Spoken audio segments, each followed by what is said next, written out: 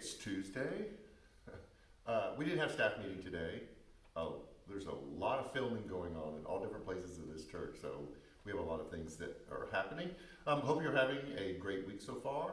This one will be really short, so you can plow through this one pretty quickly. Burwell, today's the last day. You most likely won't bring it by today, but thank you for all that you have contributed with snacks, school supplies, treats.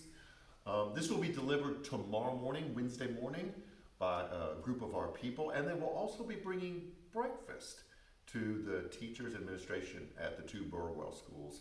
So thank you. This is really touching that all of you came through like this to the schools that we've adopted. Teachers reported today or tomorrow, and then school starts next Monday. So we're back at it.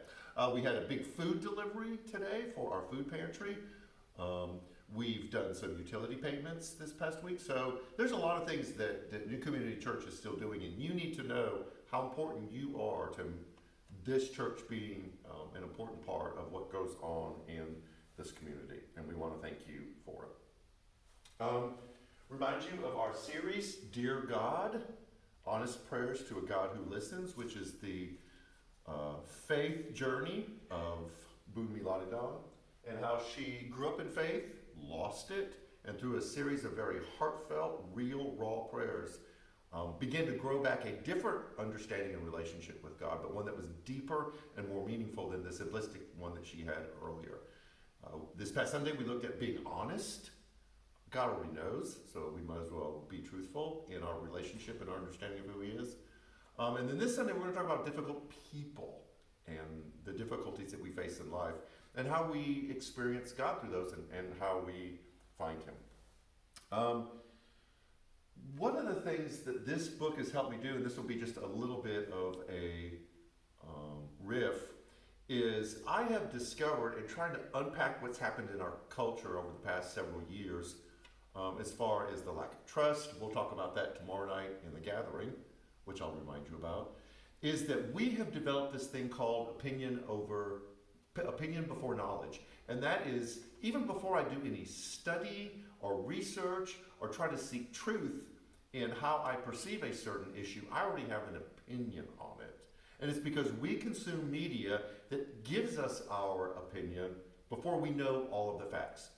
And I know what you're doing right now. You're thinking about those other people that watch Fox News or MSNBC or read something from the left or the right. It's those people who are doing that. And let's just be honest, people.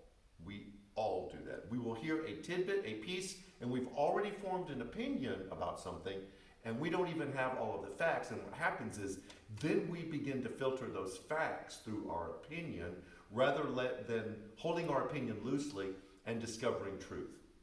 The reason why I say that is this book in Seeking God kind of helps us to let go of things and opinions and beliefs and assumptions that we thought were true, but in our journey to discover God, we realize that there's more that we need to learn and to know.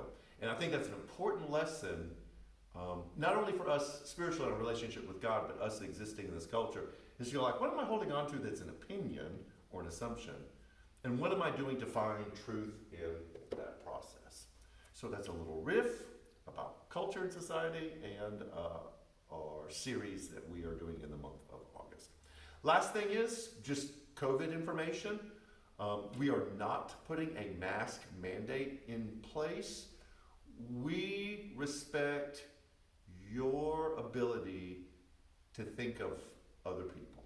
If you are unvaccinated, we highly, highly encourage you to wear a mask. We've already had some people who are medically vulnerable express some concern about being out in public, especially seeing the numbers spike among unvaccinated who are most likely unmasked. So for the benefit of other people who have already expressed to us their fear, if you're unvaccinated, please mask. We have a lot of people who are vaccinated out of having vulnerable people in their family wanting to protect themselves are also masking. So wearing a mask doesn't call you out as being unvaccinated. I am wearing a mask because I want to see my family in 2 weeks. I don't want to take COVID to them. And then we just want to encourage you to get vaccinated. It is proving to be a huge positive deterrent in the spread of COVID, and they're finding that this spread is mostly among the unvaccinated. So, the gathering tomorrow night, we will begin this conversation about trust, 20 minutes, but it'll premiere tomorrow night both on YouTube and on Facebook. And we ask that you share and subscribe just to kind of get the word out about that. Again, thank you. This is awesome. All of you are amazing. Thank you for all that you've done to help us through the past 18 months. It's been a real ordeal. So, stay cool, have a great week, and we will see you Sunday.